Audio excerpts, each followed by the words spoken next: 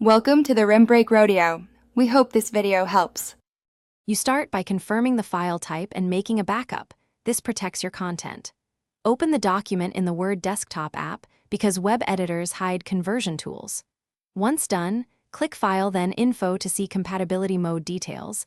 This tells you which older features are enforced and why formatting shifts occur. Make sure to save a copy with a clear name like Report Backup.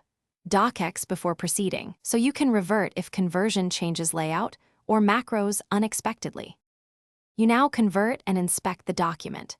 Choose File Info Convert to upgrade to the current Word format. This removes compatibility mode restrictions. After conversion, review track changes, headers, footers, and custom styles because conversion can alter spacing and numbering. Once reviewed, run check for issues, check compatibility to reveal remaining feature discrepancies with older Word versions. If macros exist, test them. Make sure to enable content safely so functionality remains intact without exposing your system to risk. You finish by saving the document as docx and testing layout and printing on the target machines to confirm results.